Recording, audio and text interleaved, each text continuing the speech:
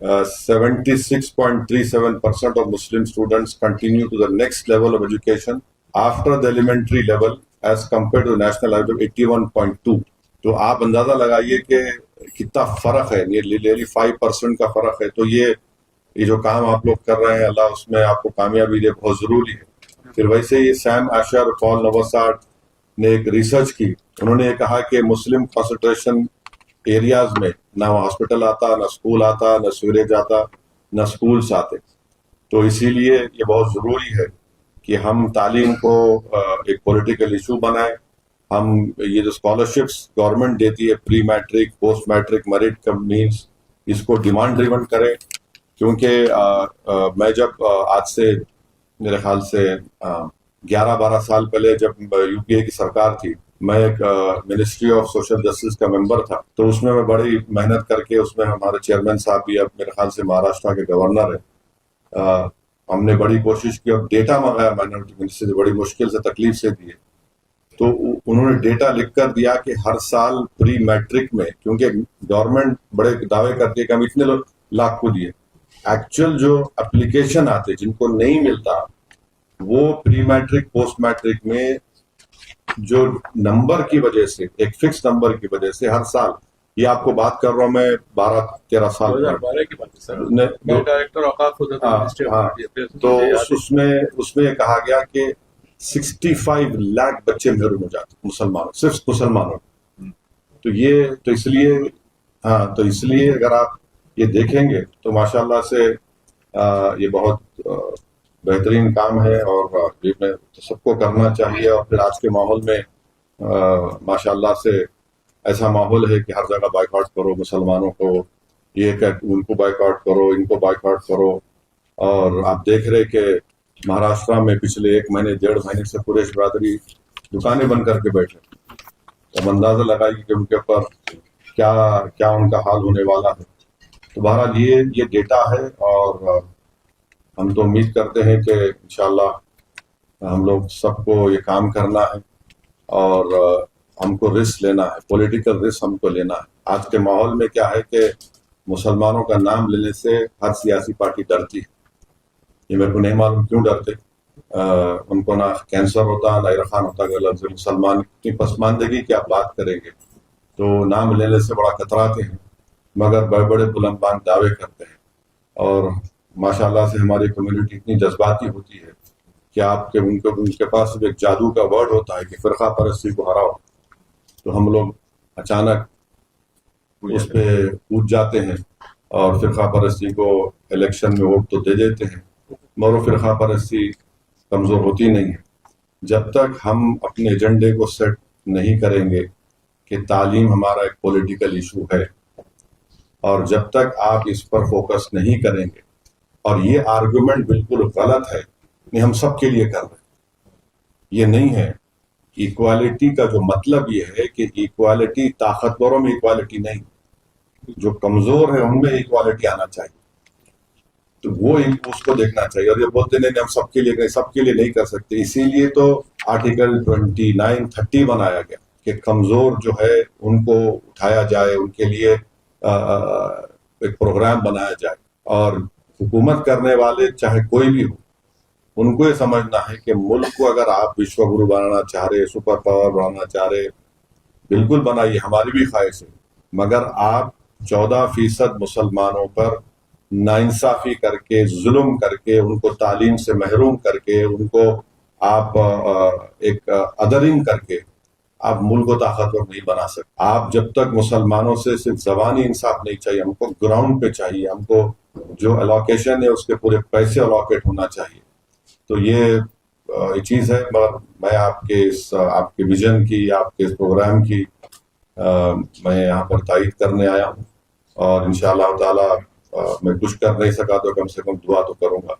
مگر کیونکہ ہم لوگ 40 سال سے تعلیم ادارے چلا رہے ہیں، اور ہمارے پاس ایک اسکیم بھی ہے. ہم لوگ حیدرآباد کے گورنمنٹ اردو میڈیم سکولز میں پچھلے 2005 سے 21 سال سے ہم لوگ ہر سال وہ اردو میڈیم کے اسکول میں پڑھنے والے 19,000 بچوں کو ہر سال بیگ دیتے، ان کی 10th کی ایگزام کی فیس دیتے. اور پھر جو بچے بیٹیاں 10th میں ٹاپ کرتے ان کو کیش ایوارڈ دیتے، پرنسپل کو کیش ایوارڈ دیتے. اور ایک 10th کے ایگزام سے پہلے آل ان ون گائیڈ بھی فری میں ہم لوگ دیتے. تو یہ کام ہم لوگ کر رہے ہیں. تو میں آپ اس لیے کہہ رہا ہوں کہ بہت سے لوگوں کو یہ غلط فہمی ہے کہ ہم لوگ صرف ہیٹ اسپیچ دیتے ہیں.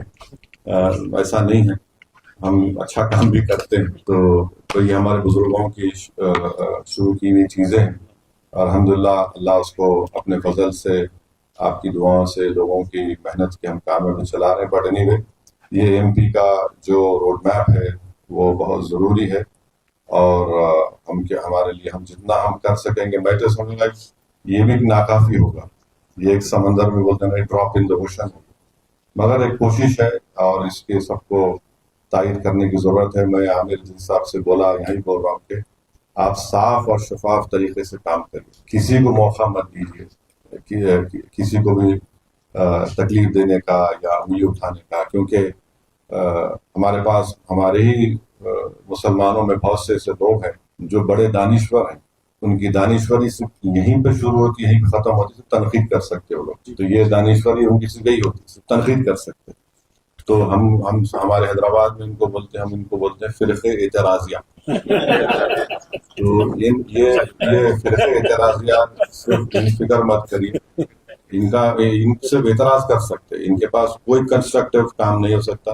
ان کی فکر مت کریے، کام کریے، اور اللہ آپ کے اس نیک مقصد میں کامیابی دے آپ کو. وآخر